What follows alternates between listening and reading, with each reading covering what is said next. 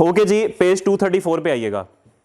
Page 234 हमारा chapter number 7 है जी, inventories, जिसके बारे में कल मुख्तसर सी बात हुई थी। आज यहां से हम बात करते हैं।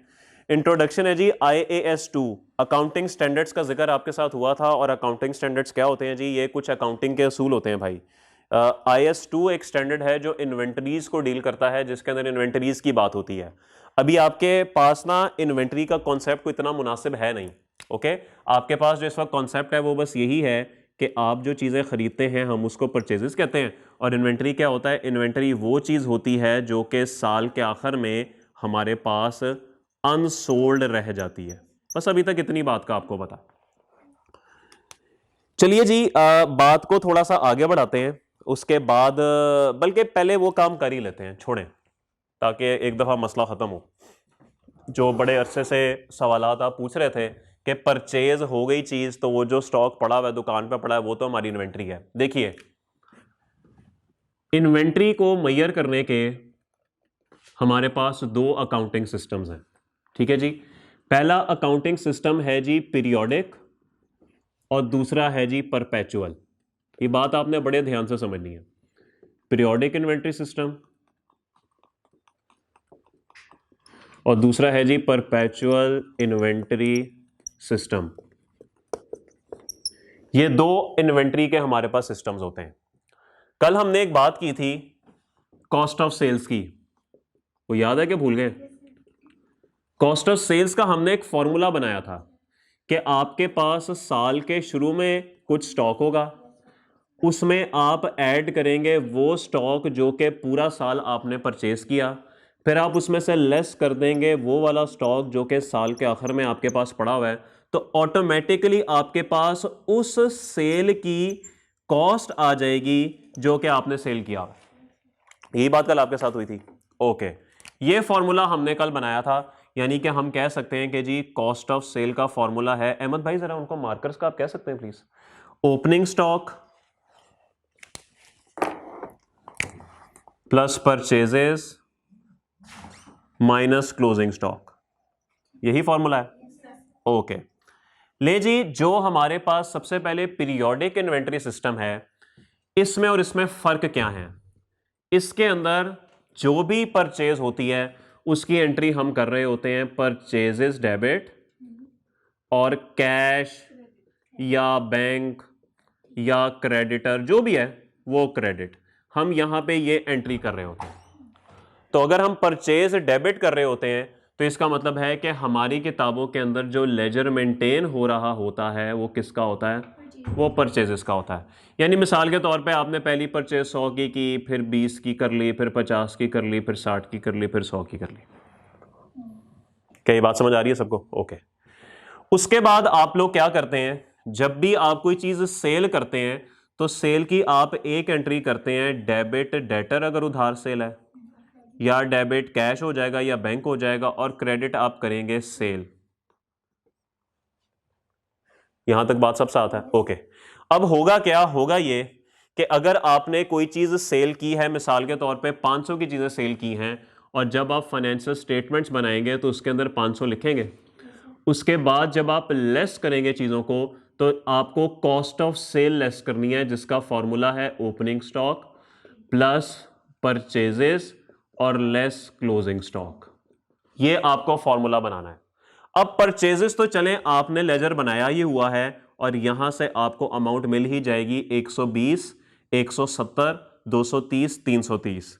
परचेजेस तो आपको मिल गई भाई कि ये 330 की हैं, लेकिन क्या जितनी भी परचेज की थी वो सारी की सारी सेल कर दी है? अभी कुछ पड़ा भी हुआ है हमारे पास? ये आपको कैसे पता मेरा लेजर देख के परचेजेस का कि मेरे पास इतना स्टॉक पड़ा हुआ है? क्या परचेजेस का लेजर मुझे ये बता रहा है कि मेरे पास स्टॉक कितना है? ये तो मुझे बस वो बता रहा है कि जो चीज मैंने खरीदी है वो इतनी है बस। तो फिर अगर आपको क्लोजिंग स्टॉक चाहिए तो वो कहां से फिर आप निकालेंगे?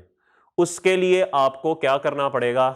क्लोजिंग स्टॉक निकालने के लिए आपको स्टॉक काउंट करना पड़ेगा, यानी कि आपको जाके गिनना पड़ेगा कि आपका जो स्टॉक है वो कितना पड़ा हुआ है।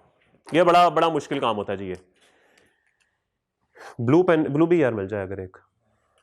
तो भाईजान आपको जाके स्टॉक गिनना पड़ेगा कि आपके पास स्टॉक कितना पड़ा हुआ है। अच्छा, मजे की बात है कि स्टॉक काउंट गिनने से ना आपको स्टॉक की क्वांटिटी मिलती है। मैं यही गिन सकता हूं ना कितने बेंच हैं, 1 2 3 4 10 बेंच पड़े हुए जी क्लास के अंदर। इसकी वैल्यू क्या है, उसके लिए मुझे इसको किसी ना किसी एक बेंच के रेट से मल्टीप्लाई करना पड़ेगा ताकि मेरे पास टोटल वैल्यू ऑफ स्टॉक आ जाए। अच्छा, अब रेट कैसे पता करना है, इस बात को ना थोड़ी देर आप होल्ड पे रखें, इसको हम बाद में डिस्कस करते हैं। सबसे पहले हमें एक बात तो तय हो गई कि हमारे पास चूंकि इस लेजर के अंदर कहीं से यह पता नहीं लग रहा कि कितना स्टॉक पड़ा हुआ है, इसलिए हमारे पास स्टॉक को काउंट करने के अलावा और कोई ऑप्शन मौजूद नहीं है। तो हम क्या करेंगे, हम स्टॉक को काउंट करेंगे और स्टॉक की जितनी भी क्वांटिटी होगी, मैं मिसाल लेता हूं कि मेरे पास 5 की क्वांटिटी पड़ी हुई है और रेट बस एज्यूम कर रहा हूं मैं कि 10 रुपए है। ये कैसे आया ये बाद में बात करेंगे, ये बात भी हमारे कोर्स में मौजूद है, बाद में बात करेंगे। तो आपने 5 क्वांटिटी गिन ली जाके और आपने कहा जी मेरे पास 50 रुपए का स्टॉक पड़ा हुआ है, वो मैं माइनस कर देता हूं, तो मेरे पास जो स्टॉक सेल हुआ ना उसकी कॉस्ट 280 है। ओके, और आपने यहां पे क्रॉस प्रॉफिट निकाल दिया कितना जी, 220 रुपए का। ये बात सबको समझ आ गई? ओके, अगली बात आपने बड़े ध्यान से समझनी है। एक हमारे पास होता है ट्रायल बैलेंस, याद है आप लोगों को कि भूल गए? कुछ ऐसा बनता था वो, ये डेबिट और ये क्रेडिट। जितने भी लेजर्स हमने पूरे साल में बनाए होते हैं, उन लेजर्स का जितना भी कैरी डाउन होता है वो सारा इसके अंदर मौजूद होता है। यानी मिसाल लूं अगर मैं, तो परचेजेस जो हैं वो इसके अंदर पड़ी हुई हैं 330 की। इसके अलावा जो भी मैंने सेल की होगी, अगर कोई डेटर्स होंगे वो भी इसके अंदर पड़े होंगे, अगर मैंने कोई सेल की होगी वो भी इसके अंदर पड़ी होगी। यानी जितनी भी एंट्रीज मैंने डेबिट क्रेडिट की होंगी वो सारी मेरे पास यहां पर पड़ी होंगी। ये बात मानते हैं सब? और ट्रायल बैलेंस आपको पता है कि ये मैच होता है, ये भी पता ना आपको, मैच होता है। अच्छा, इसी ट्रायल बैलेंस में से मैं कुछ चीजें उठा के प्रॉफिट एंड लॉस में ले जाता हूं और कुछ चीजें उठा के मैं बैलेंस शीट में ले जाता हूं, और जो प्रॉफिट एंड लॉस का प्रॉफिट बचता है वो बैलेंस शीट में ले जाके कैपिटल में ऐड कर देता हूं, जिससे क्या होता है मेरी बैलेंस शीट हमेशा मैच रहती है। ओके, सेल ट्रायल बैलेंस में आ रही होंगी, परचेजेस ट्रायल बैलेंस में आ रही होंगी, इसके नीचे जितने एक्सपेंसेस माइनस किए होंगे वो सारे ट्रायल बैलेंस में आ रहे होंगे, बैलेंस शीट के अंदर जो कुछ है वो आ रहा होगा ट्रायल बैलेंस में। ये क्लोजिंग स्टॉक 50 किधर आ रहा होगा ट्रायल बैलेंस में, ये मुझे बता दें। ये क्लोजिंग स्टॉक ट्रायल बैलेंस में किधर आ रहा होगा, this is the turning point, ये बात बस आपने समझनी है। मुझे बता दें कि क्लोजिंग स्टॉक ट्रायल बैलेंस में कहीं आ रहा होगा कि नहीं, पहले तो ये बात समझें, आ रहा होगा कि नहीं? आ रहा तो होगा क्योंकि एंट्रीज हो रही है।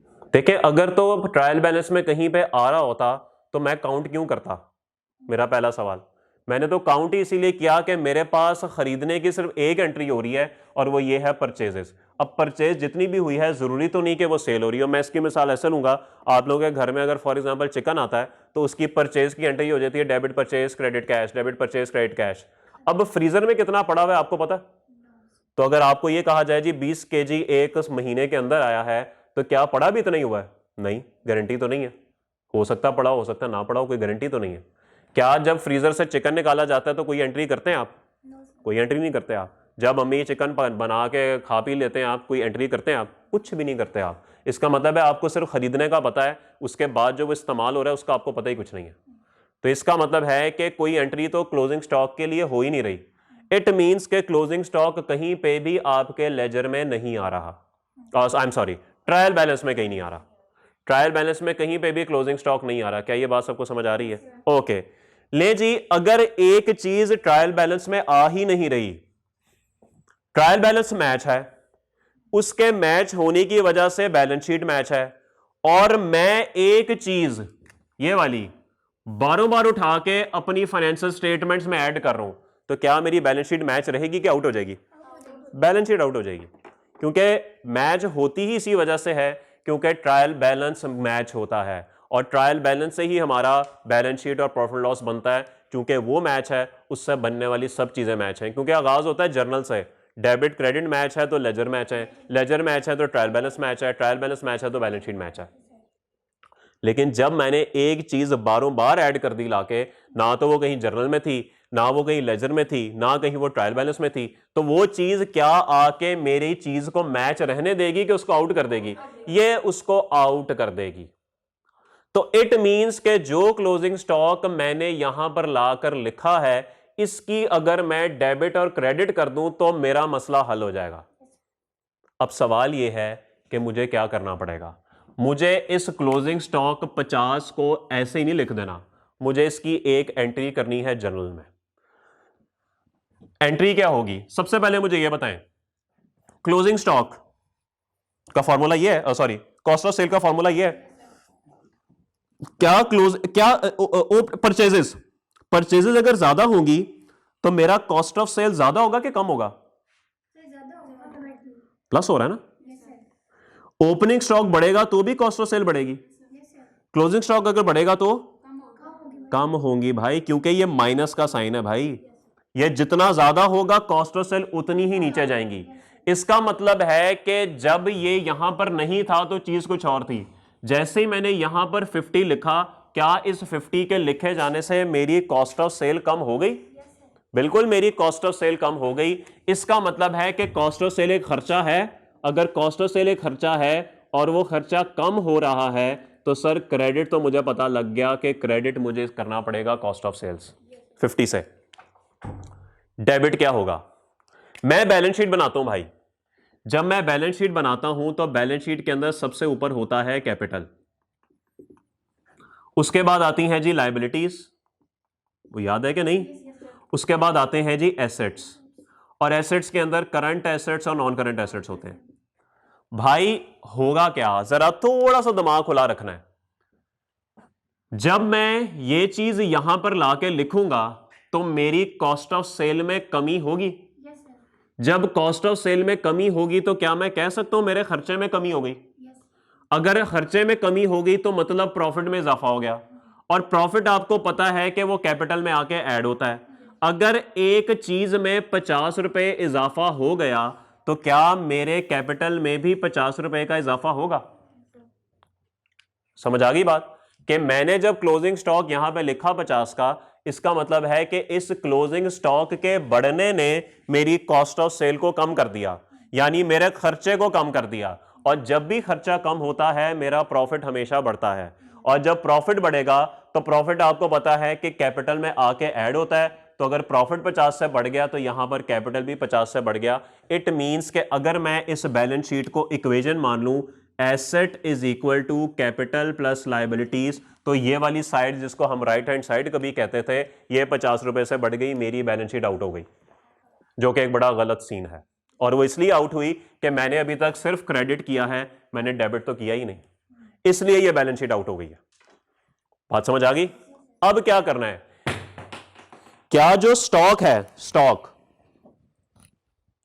जब मैं अपनी बैलेंस शीट बनाऊंगा तो मैंने आपको बताया था कि क्लोजिंग स्टॉक वो होता है जो साल के आखिर में बिकने से रह जाता है। तो क्या मुझे बैलेंस शीट में कहीं यह दिखाना चाहिए कि मेरे पास एक एसेट है, स्टॉक मेरा एसेट है ना, दिखाना चाहिए।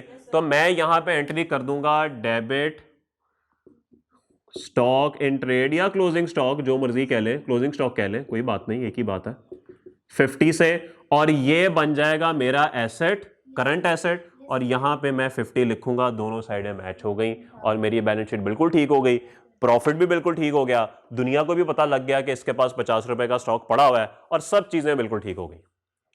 तो सर ये है जी आपका पीरियोडिक इन्वेंटरी सिस्टम, जो आज तक मैं आपको पढ़ाता रहा हूं, और इसीलिए आपको मैंने इस सवाल का जवाब आज तक नहीं दिया कि भाई जो चीज हम खरीदते हैं वो स्टॉक कैसे नहीं है, क्योंकि आपका जो ये वाला सिस्टम है वो कहता ही ये है, वो कहता ही ये है कि जो चीज खरीदते हो उसकी ये एंट्री करते जाओ, ये लेजर बनाते जाओ, जब सेल करते जाओ तो सेल की एंट्री करते जाओ, जब साल खत्म होगा तो सेल इन एंट्रीज की मदद से यहां पे पहुंच चुकी होगी, यहां से उठा के आप यहां पे लिख दोगे।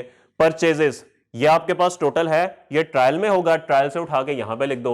मसला आ गया क्लोजिंग स्टॉक का, क्योंकि आपको तो माइनस करनी है कॉस्ट ऑफ सेल, अगर कॉस्ट ऑफ सेल माइनस ना की तो मसला वो आ जाएगा जो कल आया था। तो आपको कॉस्ट ऑफ सेल के लिए क्लोजिंग स्टॉक माइनस करना है, उसका डाटा मौजूद नहीं है, तो सर जाके स्टॉक काउंट करें, उसकी क्वांटिटी देखें, रेट से मल्टीप्लाई करें, वैल्यू निकाल लें। तो ये चीज कभी जर्नल में थी ही नहीं, कभी लेजर में थी नहीं, कभी ट्रायल बैलेंस में नहीं थी, बारों बार ऐड होगी। तो देखें आपकी बैलेंस शीट को ऐसे आउट करेगी जो मैंने आपको पूरा बताया था। तो इसका मतलब है कि इसकी एंट्री होनी चाहिए। तो इसका मतलब है कि साल के आखिर में ये एंट्री आप पास करेंगे, डेबिट करेंगे स्टॉक इन ट्रेड 50 से, ताकि आपके एसेट में भी 50 का इजाफा हो जाए। और चूंकि कॉस्ट ऑफ सेल में कमी हो रही है, कॉस्ट ऑफ सेल में कमी, खर्चे में कमी, यानी प्रॉफिट में इजाफा, और प्रॉफिट में इजाफा कैपिटल में ऐड होता है, तो ये इजाफा तो आपकी बैलेंस शीट मैच होगी। This is the periodic inventory system. किसी का कोई सवाल? एक दफा इसको नोट कर लें, इसको देख लें, फिर मैं परपेचुअल की तरफ जाता हूं। ऑनलाइन वालों से तो अल्लाह ही पूछेगा यार, अगर ये लेक्चर यूट्यूब पे ना जाए जी, नहीं वैसे अगर मैं बंद कर दूं तो कितना जबरदस्त हो, ये सारे फारग हो जाए। देखिए एक भी नहीं आया आज, कोई बात नहीं, कोई बात नहीं, सबका टाइम आएगा, सबको डॉक्टर कहेगा ले जाए क्योंकि इनका टाइम आ गया। क्यों सर? ऐसे ही है ना। मुझे ना कोविड के दिन याद आ गए। कोविड के दिनों में ना ऐसी क्लास होती थी, बड़ा जबरदस्त सीन होता था। आप अकेले होता था, कैमरामैन आपसे दूर दूर होता था, आप उससे दूर दूर होते थे। हो गया नोट? नहीं, नोट कर लें, अगर कल को भूल गया फिर क्या करेंगे? नहीं तो याद कैसे रहेगा आपको? पिक्चर उतार ली है? अच्छा, यानी मुझे सुकून करने का कोई वो नहीं है। मैंने कहा था तो 2 मिनट नोट करेंगे, मैं बैठ जाऊंगा आराम से। चले कोई बात नहीं। अहमद भाई यार माजरत, मैं आपको तंग करूं, आप ही मेरे काबू आए हैं। कोई पानी वगैरह का हिसाब किताब नहीं है इधर? कोई देखें पानी के अंदर कोई लीमू, कोई चीनी, कोई डग हो सके तो। अहमद भाई मुझे घूर रहे हैं कि सर ये कॉलेज है या आपका घर नहीं है जहां पे आप फरमाइशें कर रहे हैं। चलिए जी, आगाज करते हैं अब परपेचुअल का। परपेचुअल इन्वेंटरी सिस्टम ले जी। परपेचुअल ये इतनी चीज बता दूं? अच्छा, ये भी पिक्चर लेनी। चलिए जी प्लीज। ये कौन फोन छोड़ गया अपना?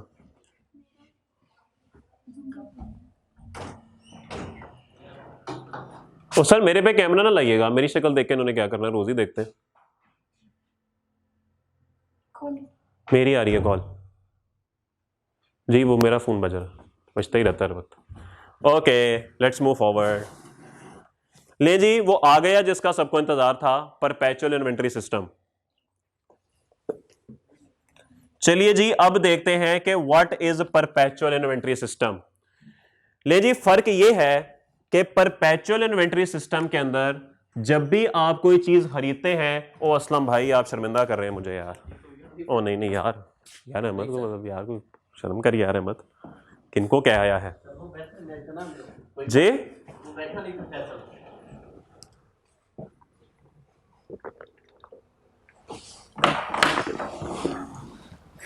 चलिए जी, perpetual inventory system. Perpetual inventory system क्या होता है जी? इसके अंदर जब आप कोई चीज खरीदते हैं तो आप एंट्री डेबिट परचेजेस नहीं करते, बल्कि यहां पे आप करते हैं डेबिट इन्वेंटरी, और क्रेडिट वही कैश या बैंक या क्रेडिटर। तो इसका मतलब है कि जैसे वहां पे परचेजेस का लेजर बन रहा है, यहां पे इन्वेंटरी का लेजर बन रहा है। इट मींस के कोई 100 की चीज खरीदी तो debit inventory, debit inventory, debit inventory, debit inventory and debit inventory. बात समझ आई? ओके। उसके बाद चीजें सेल हो रही हैं, तो सेल होने की एंट्री क्या होगी? डेबिट डेटर हो जाएगा, या कैश हो जाएगा, या बैंक हो जाएगा, और क्रेडिट हो जाएंगी सेल्स। किससे? सेल्स वैल्यू से। ये एंट्री हमेशा सेल वैल्यू से होती है, जितने की आपने बेची होती है ना, उस वैल्यू से होती है। ले जी, यहां पे फर्क आता है पीरियोडिक में और परपेचुअल में।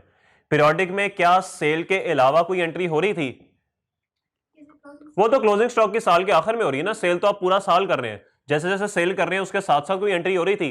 पीरियोडिक में उसके साथ कोई एंट्री नहीं होती। बहुत बड़ा फर्क इसमें और उसमें। यहां पे एक एंट्री और होगी। क्या आपकी इन्वेंट्री कम नहीं हो रही भाई? आप 20 आईफोन खरीद कर लाए थे, आपने इन्वेंट्री डेबिट कर दी थी 20 आईफोन से। अब एक सेल हो गया तो क्या 19 रह नहीं गए? तो क्या एक आईफोन से अपनी इन्वेंट्री को क्रेडिट नहीं करना पड़ेगा? बिल्कुल करना पड़ेगा। तो अगर आप इन्वेंट्री अपनी क्रेडिट करेंगे और मिसाल के तौर पे 20 से करेंगे, तो क्या इन्वेंट्री के लेजर में 20 क्रेडिट नहीं होना चाहिए? और डेबिट क्या करेंगे? क्या जो चीज बिकी ये उसकी कॉस्ट नहीं है? 20 रुपए मैंने इन्वेंट्री अगर 20 रुपए की खरीदी थी, एक इन्वेंट्री मैंने खरीदी थी 20 रुपए की, अब वो सेल हो गई, तो क्या 20 रुपए से क्रेडिट करूंगा ना? तो इसका मतलब है कि जो चीज मैंने बेची ये उसकी कॉस्ट है, तो कॉस्ट ऑफ सेल्स आप कर देंगे डेबिट 20 से। और याद रखिएगा ये वाली एंट्री हमेशा कॉस्ट प्राइस से होती है, जो इन्वेंट्री जितने पे खरीदी होती है ना उससे होती है। तो ये एंट्री जब आप सेल करेंगे ना तो सेल वैल्यू से तो एंट्री होगी 100 रुपए की बेची, लेकिन अगर वो 20 रुपए की खरीदी थी तो इन्वेंट्री चूंकि इन 20 से हुई थी तो आउट भी तो 20 से होनी चाहिए। क्या ख्याल है? ठीक है, ये कुछ बात समझ आई है क्या नहीं? सर यहाँ हमने ना कॉस्ट को डेबिट क्यों किया है? जी इन्वेंट्री तो हमारे पास मतलब कम हो रही है, वो हमने सेल कर दी, तो ये हमने कॉस्ट को डेबिट क्यों किया, कॉस्ट ऑफ सेल को? इसलिए कि जो चीज हमने बेची है ये उसकी कॉस्ट है। देखें, हमने एक चीज अगर सेल की है 100 रुपए की तो वो चीज बेची है तो हमारे पास इन्वेंट्री कम हुई है, तो क्या इन्वेंट्री कॉस्ट से इन हुई थी? ये सारी कॉस्ट है ना भाई, ये सारी कॉस्ट है। तो अगर इन लेजर में कॉस्ट हुई है तो आउट भी तो कॉस्ट होनी चाहिए। मिसाल के तौर पे अगर मैंने एक चीज 50 रुपए की खरीदी है, इन्वेंट्री मैंने डेबिट कर दी 50 से, और जब मैंने ये चीज 80 रुपए की बेची तो क्रेडिट मैं इन्वेंट्री के लेजर को 80 से करूंगा क्या 50 से करूंगा? आप कहते हैं 80 से करें सर, सेल वैल्यू से करें, तो सर मेरा लेजर तो चेंज हो गया। इसीलिए इसको हमेशा आप कॉस्ट से ही करेंगे। और अब आप कहेंगे भाई एक चीज थी वो बिक गई, लेजर खत्म हो गया, जीरो हो गया, मेरे पास कोई वैल्यू नहीं है। तो याद रखिएगा कि ये एंट्री हमेशा कॉस्ट से होती है, क्योंकि ये एंट्री जो चीजें बेची होती हैं उनकी कॉस्ट होती है, इसीलिए इसको बोलते हैं कि ये कॉस्ट ऑफ सेल्स है।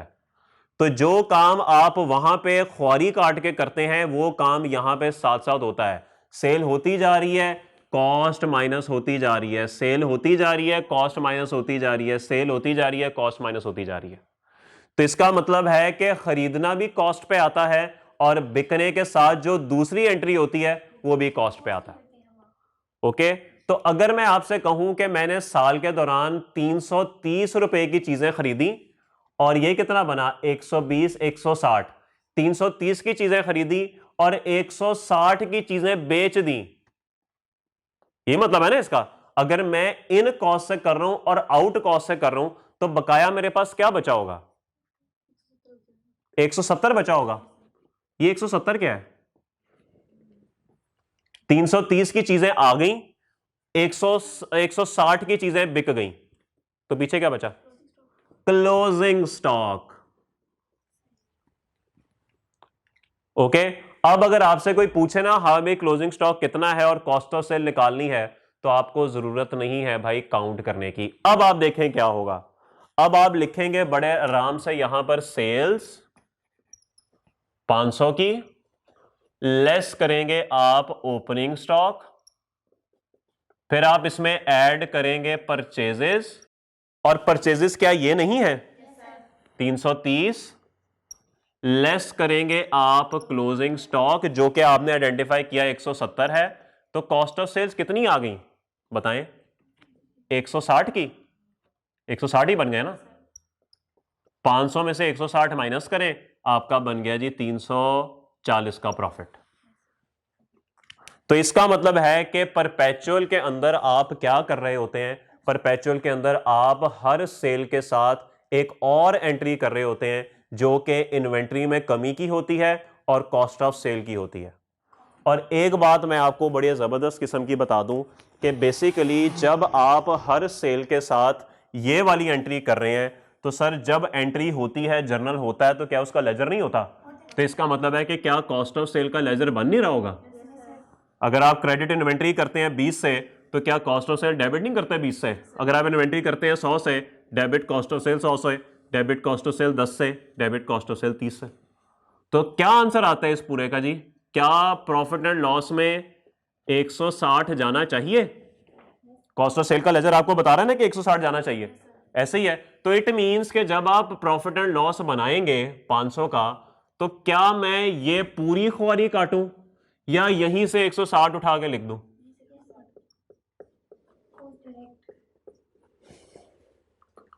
सही नहीं है? बजाय इसके कि मैं इतनी ख्वारी काट के ये काम करूं तो बेहतर है मैं डायरेक्ट ही ये काम कर देता हूं। तो इसका मतलब है कि ये मेरी कॉस्ट ऑफ सेल है। और एक बात आप याद रखिएगा, जब आप बात करते हैं ना opening stock plus purchases plus closing stock, inventory का लेजर देखें, कोई ब्रॉड डाउन होगा? ब्रॉड डाउन क्या है? Opening stock. क्या ये परचेजेस हैं?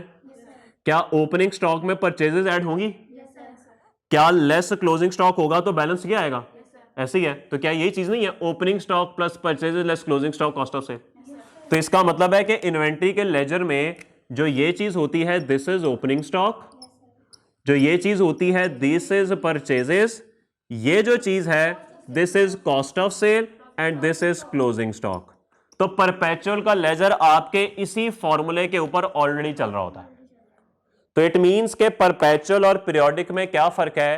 पीरियोडिक के अंदर सेल की सिर्फ एक एंट्री होती है, कॉस्ट ऑफ सेल की एंट्री नहीं होती, और यही वो वजह है जिसकी वजह से मुझे पता ही नहीं लगता मेरे पास स्टॉक कितना है, मुझे साल के आखिर में गिनना पड़ता है और गिन के उसकी एंट्री करनी पड़ती है।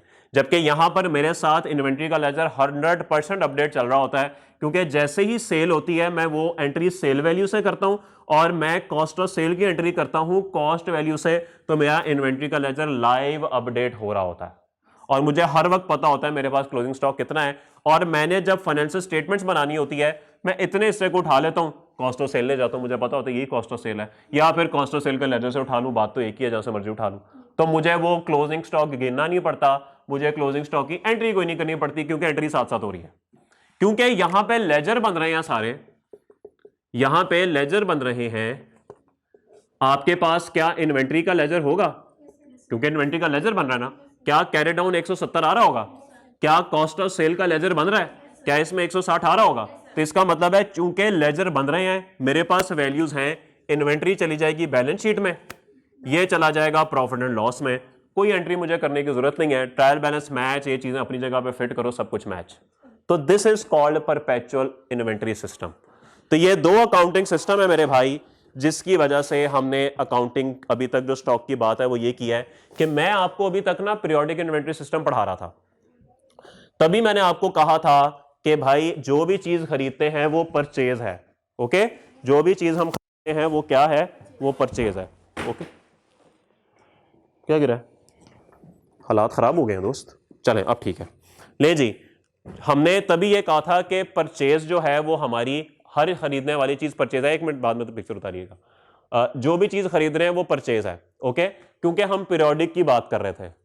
आज मैं आपके सवाल का जवाब देता हूं कि जो चीज हम खरीदते हैं क्या वो स्टॉक नहीं है हमारा? भाई अगर तो आप पीरियोडिक की बात कर रहे हैं ना, तो जो चीज आप खरीदते हैं वो आपकी परचेज है।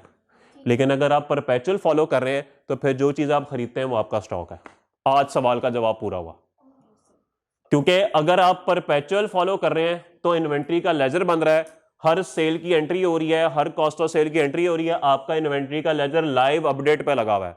तो मैं कह दूंगा ठीक है भाई ये सब कुछ आपका स्टॉक है, आप ये फॉलो कर रहे हैं, इसमें एंट्री गिर रही है। ओके, और अगर आप वो सिस्टम फॉलो कर रहे हैं तो मैं कहूंगा हर खरीदने वाली चीज फिर परचेज है, फिर स्टॉक की बात ना करें, क्योंकि आप तो स्टॉक का लेजर ही नहीं बना रहे। ओके, तो आज सवाल का जवाब वो पूरा हुआ जो डे 1 पे आप लोगों ने मेरे से पूछा था कि सर ये क्या बात हुई, जो चीज खरीदते हैं क्या वो स्टॉक नहीं होता? उस मेथड के तहत वो परचेज है, इस मेथड के तहत वो स्टॉक है।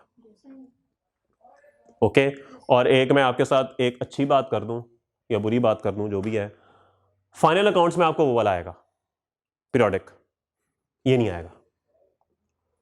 ओके, तो आगे जो हम प्रेपरेशन ऑफ फाइनेंशियल स्टेटमेंट्स पढ़ेंगे उसमें हमें वही नजर आ रहा होगा, ये नजर नहीं आ रहा होगा। बस ये छोड़ दें ये जो भी, क्योंकि मेरे पास रीजन नहीं है। मैंने आपको दोनों तरीके बता दिए, क्योंकि इसी की बेस पे ना आगे और कॉम्प्लिकेशंस निकलनी है, तो वो कॉम्प्लिकेशन साथ साथ आएंगे, वो तो डिस्कस करते रहेंगे। लेकिन ये एक बड़ा इंपॉर्टेंट पॉइंट था जो मैंने आज आपको बता दिया है, इससे इन्वेंट्री का काफी कुछ कवर हो गया है।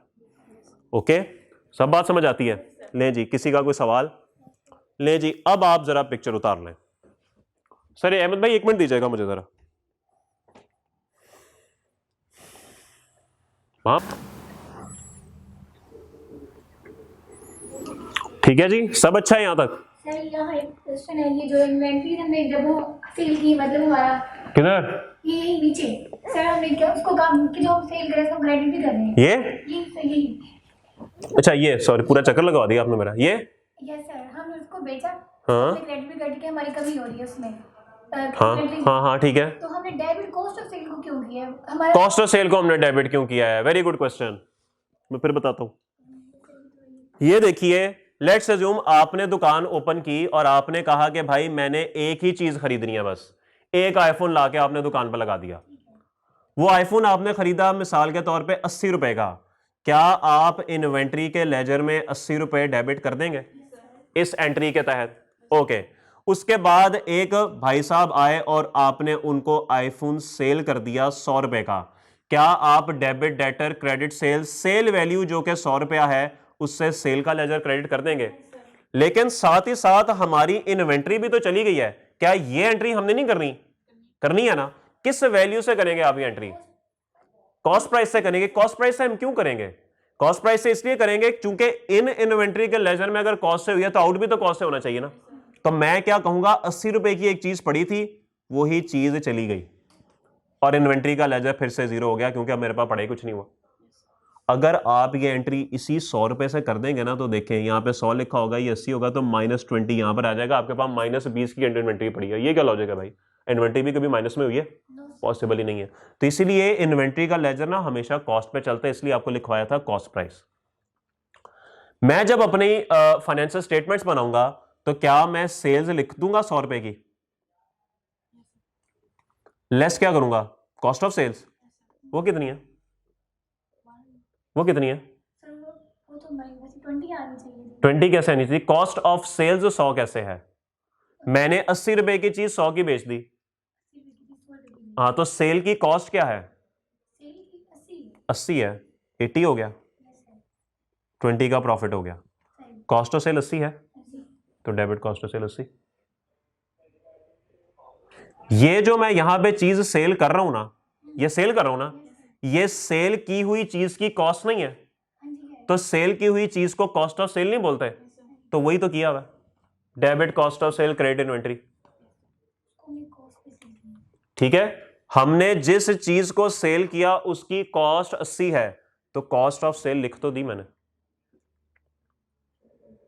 ठीक है जी, अभी भी कुछ शकूको शबात हैं, आई अंडरस्टैंड है, क्योंकि पैनाडोल के बाद बुखार उसी वक्त नहीं उतरता, इट टेक्स सम टाइम।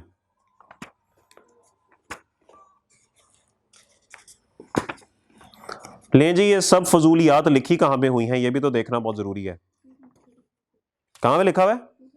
नहीं, 234 पे नहीं लिखा हुआ कुछ भी, वो तो मैंने ऐसे ही ओपन करवा लिया था। मैंने कहा था आप लोग भटकते ना रहे इधर उधर। आप लोग नहीं घर गए? वजह? ओए होए, तो वो बाकी क्यों चले गए घर? वेले लोग हैं बाकी। ये लेक्चर ही अपलोड नहीं होना चाहिए। मैं कहता हूँ ये नहीं समझ आएगी ना, पूरा इन्वेंट्री का जो चैप्टर है ना, ये ऐसे स्मूथ वेले बैठे रहेंगे। सफा नंबर 254 पे आइएगा, यहां पे मिलेगी आपको पीरियोडिक और परपेचुअल की लाश। 254 पे जी मिल गया आपको। The two main methods of recording inventory to calculate cost of sales are periodic inventory system and perpetual inventory system। क्या यही दो नाम आपके बोर्ड पे लिखे हुए हैं? Each method uses a ledger account for inventory, but these have different roles। दोनों के अंदर एक एक लेजर बनता है, लेकिन दोनों का रोल डिफरेंट है। क्या दो लेजर बने हुए हैं? उधर परचेज का, इधर इन्वेंट्री का। It is मुमकिन that an entity will use the periodic system in its journal ledger and use a different computer system outside of its journal ledger। ये छोड़े, पता नहीं क्या लिखा हुआ है। हम कंपैरिजन पढ़ते हैं, पीरियोडिक और perpetual. Periodic, inventory and cost of goods sold are not updated continuously. Sir इधर देखिए, क्या सेल के साथ ये एंट्री हुई थी? नहीं हुई थी। इसका मतलब है कि ना तो इन्वेंट्री अपडेट हो रही है, ना कॉस्ट ऑफ सेल अपडेट हो रही है। Okay, instead purchases are recorded in purchase account. और सर नजर आ रहा है आपको? सॉरी, मिस नजर आ रहा है आपको। And each sale transaction is recorded via a single journal entry। और हर सेल की सिर्फ एक एंट्री होती है, डेबिट डेटर क्रेडिट सेल। सो फार सो गुड, क्योंकि मैं झूठ नहीं बोलता। 10, ये सबसे बड़ा झूठा है। 10, cost of goods sold account does not exist. चूंकि आप कॉस्ट ऑफ सेल का अकाउंट ही नहीं बना रहे, तो cost of goods sold exist ही नहीं करती। It is determined at the end of accounting period via a closing entry। वो एंट्री लिखी हुई है भाई। सर जरा फोकस करें उस पे, उस एंट्री पे, जरा रोशनी डालिए इस एंट्री पे। कैसे डालते हैं रोशनी? टॉर्च से। तो रोशनी डालें इस एंट्री से। इस क्लोजिंग एंट्री की वजह से हमारी कॉस्ट ऑफ सेल निकलती है और हमारा स्टॉक निकलता है। ओके, परपेचुअल में क्या होता है? Inventory and cost of goods sold are updated continuously on each sale and purchase transaction. ये देखिए, हर सेल पे क्या इन्वेंट्री अपडेट हो रही है? क्या हर परचेज पे इन्वेंट्री अपडेट हो रही है? Some other transactions may also require an update to inventory account। For example sale purchase return. Sir अगर कोई सेल या परचेज रिटर्न होगी तो वो भी तो इन्वेंट्री में कमी या ज्यादती होती है, तो वो भी हम इसी में लिख देते हैं। Purchases are directly debited to inventory account, ये देखिए debited to inventory account. Whereas for each sale 2 journal entries are made, हर सेल पे 2 एंट्रीज होती हैं, कौन कौन सी? 1 to record sale value of inventory, ये देखें सेल वैल्यू, एंड किधर गया, other to record cost of goods sold, cost price से। Purchases account is not used in perpetual inventory system, तो देख लें यहां पे इन्वेंट्री पाया जाता है, यहां पे परचेज तो पाई नहीं जाती। Okay, purchases and purchase return accounts are maintained, आपको रिटर्न की एंट्री बताई थी, क्या चीज? Debit sales return, credit debtor. अच्छा चले, purchase return debit cash, credit purchase return. तो इसका मतलब है कि वहां पे आपको परचेज रिटर्न का लेजर बनाना पड़ेगा, लेकिन अगर यहां पे कोई चीज रिटर्न करेंगे तो क्या करेंगे? डेबिट कैश, उस शख्स को कैश वापस कर, सॉरी सर वापस हो गया, जिस शख्स से चीजें खरीदी होंगी उसको कैश पे किया होगा जब परचेज की होगी। अब रिटर्न कराने गए तो कैश वापस लेके आएंगे, क्या डेबिट कैश होगा, और मेरे पास से इन्वेंट्री चली जाएगी तो क्रेडिट इन्वेंट्री कर देंगे। तो वो कहते हैं इसमें परचेज रिटर्न का लेजर नहीं होता, इसके अंदर इन्वेंट्री के अंदर ही आप क्रेडिट कर देते हैं परचेज रिटर्न, वहां पे होता है लेजर एक। तो आपको जो अभी तक पढ़ाया गया था वही पढ़ाया गया था, और परपेचुअल में लिखा हुआ है these accounts are not required, इसके अंदर हमें अकाउंट्स की रिक्वायरमेंट नहीं होती। यहां तक बात समझ आ गई? अच्छा एक सवाल है मेरा आपसे, मैंने अगर 330 की चीजें खरीदी थी साल के दौरान और मेरे पास इसको 50 की पड़ी हुई है, तो इसका मतलब है 280 रुपए कॉस्ट की चीजें मैंने बेच दी हैं। कॉस्ट ऑफ सेल का मतलब यही होता है ना, 280 जो चीजें बेची उनकी कॉस्ट 280 है। हो सकता है कोई 30 रुपए की चोरी हो गई हो बीच में, मुझे कैसे पता? मुझे कैसे पता? इसमें पता लगेगा मुझे? इसमें तो पता लगेगा ना, मैं कहूंगा यार मेरे पास ना मेरे किताबों के मुताबिक 170 रुपए का स्टॉक है, मैं जाके गिन लूंगा, अगर 170 का स्टॉक निकल आया तो ठीक है, अगर वो 150 का निकल आया तो शोर मच जाएगा, 20 रुपए की चोरी हो गई है। मेंटेन हो रहा है सब कुछ, वहां पे तो मेंटेन ही कुछ नहीं हो रहा। प्रॉब्लम है साल के एंड में भी पता नहीं लगेगा आपको। आप खुद सोचें कि आपको बस इतना पता है कि आप घर में महीने में ना 20 केजी चिकन लाए थे, महीने के आखिर में आपने फ्रीजर खोल कर देखा 3 किलो पड़ा हुआ है, आप ये इज्यूम करेंगे 17 किलो खा लिया हम लोगों ने। हो सकता है 4 किलो आपके जो घर वाले भाई साहब हैं वो जेब में डाल के घर ले गए, आपको क्या पता? आपको तो नहीं पता। हाँ ये जब आप मेंटेन करें ना तो आपको पता है यार मेरे फ्रीजर में ना 13 किलो होना चाहिए, जब खोला तो पता लगा उसके अंदर 11 किलो है, तो इट मीन्स 2 किलो की खुर्द बुर्द हुई है। तो इसका मतलब है वहां से आप लॉसेज या चोरी आइडेंटिफाई नहीं कर सकते, यहां से कर सकते हैं। तो आगे वो बात करता है, any loss of inventory is automatically dealt with and does not require a special accounting treatment. आपने कहा पर 17 खा ही लिया होगा, पूरे का पूरा खा ही लिया होगा सारा कॉस्ट ऑफ सेल में ऑटोमेटिकली, लेकिन यहां पर however in this way losses may go unnoticed as well। यही बात मैंने आपको बताया, आपको पता ही नहीं लगेगा। लेकिन सर आप खुद सोचें 170 का स्टॉक पड़ा होना चाहिए, 150 का निकल आया, तो अब क्या करेंगे? इन्वेस्टिगेशन होगी, लेकिन at the end of the day क्या होगा? नुकसान तो हो गया ना आपका। तो आप क्या करेंगे? अपने स्टॉक को 20 रुपए से कम करेंगे, लॉस को क्रेडिट इन्वेंट्री और डेबिट क्या करेंगे? लॉस कर देंगे या प्रॉफिट लॉस कर देंगे, एक्सपेंस कर देंगे, यही करेंगे। तो वहां पे कहता है any loss detected by comparing physical inventory account and perpetual records. ये परपेचुअल रिकॉर्ड्स हैं जी, फिजिकल इन्वेंट्री के साथ जब मेजर करेंगे, is to be recorded in inventory account. कोई लॉस होगा तो आपको इन्वेंट्री को क्रेडिट करना पड़ेगा। Most losses are identified in this way, तो बहुत से लॉसेज इस तरीके से आइडेंटिफाई हो जाते हैं।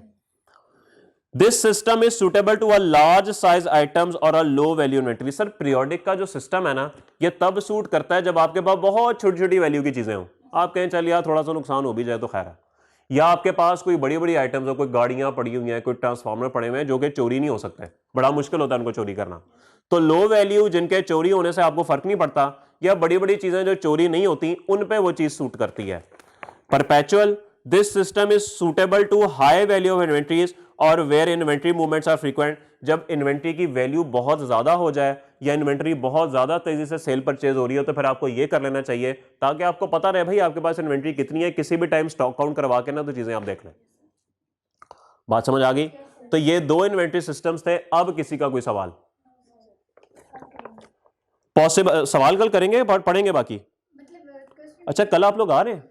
वजह आप लोगों ने घर नहीं जाना? यार कमाल है, घर वाले क्या नहीं बुलाते आप लोगों को? एग्जाम के बाद जाएंगे। कहाँ के रहने वाले हैं आप? सर मुजफ्फरगढ़। आप? भावलपुर। सारे उधर से ही आए हैं? अच्छा, ठीक है भैया, ये तो खड़ा है भावलपुर, 3-4 घंटे लगते हैं। 6 घंटे। 4 घंटे मोटरवे से। 6 घंटे। भावलपुर दूर है, मुल्तान से बहुत ज़्यादा। मुजफ्फरगढ़ पता है मुझे, भावलपुर का भी पता है मुझे, गया मैं कभी नहीं हूँ, बस पता ही है। चलिए ठीक है, ज़बरदस्त है। कल इंशाल्लाह अहमद भाई 9 से 10 क्लास है, कल 9 से 10 है क्लास। 9 से 10 की हुई, हाँ 9 से 10 की हुई, 8 से 9 हुआ, 9 से 10 की है, ठीक है। ले जी, अब देख लेते हैं कि इन्वेंट्री का जो ये बैलेंस है, आखिरी बात पढ़ते हैं, क्लास खत्म करते हैं। 170 जो ये हमारा बैलेंस है, ये और फिजिकल काउंट में फर्क क्यों आता है? वो कहता है possible causes of difference between the balance of the inventory account and physical inventory counted include the following. Theft of inventory, Sattari बात है, जब फ्रीजर से कोई चिकन निकाल के ले जाएगा तो आपके रिकॉर्ड में और एक्चुअल फिजिकल में फर्क तो आ ही जाएगा। Incorrect posting of inventory receipts और इशू, सर अगर आपने इस लेजर में डेबिट में कोई गलती कर दी या इसमें कोई गलती कर दी तो ये भी तो गलत हो जाएगा ना, इस वजह से फर्क हो सकता है। Damage to inventory with failure to record that damage, आपकी इन्वेंट्री डैमेज हो गई थी, आपने फिजिकल चीजें उठा के बाहर फेंक दी, यहां से नहीं निकाली तो फिर भी फर्क आ जाएगा। Failure to record a receipt, एक इन्वेंट्री परचेज की थी, उसको डेबिट करना भूल गए। Failure to record an issue, आपने एक यहां से फ्रीजर से इन्वेंट्री निकाल के किचन वालों को इशू कर दी थी, आप यहां पे लिखना भूल गए। तो ये वो सब तमाम वजूहात हैं जिसकी वजह से क्या होता है, जिसकी वजह से हमारी डिफरेंसेस आते हैं। सब अच्छा है, यहां तक सब अच्छा है, ओके। इसके नीचे जर्नल एंट्रीज है, दिस इज योर होमवर्क। अगले सफे पे जर्नल एंट्रीज हैं, यह आपने सारी कल पढ़ के आनी है। और इसके बाद आगे एग्जाम्पल 15 और 16, ये सिर्फ जर्नल एंट्रीज हैं।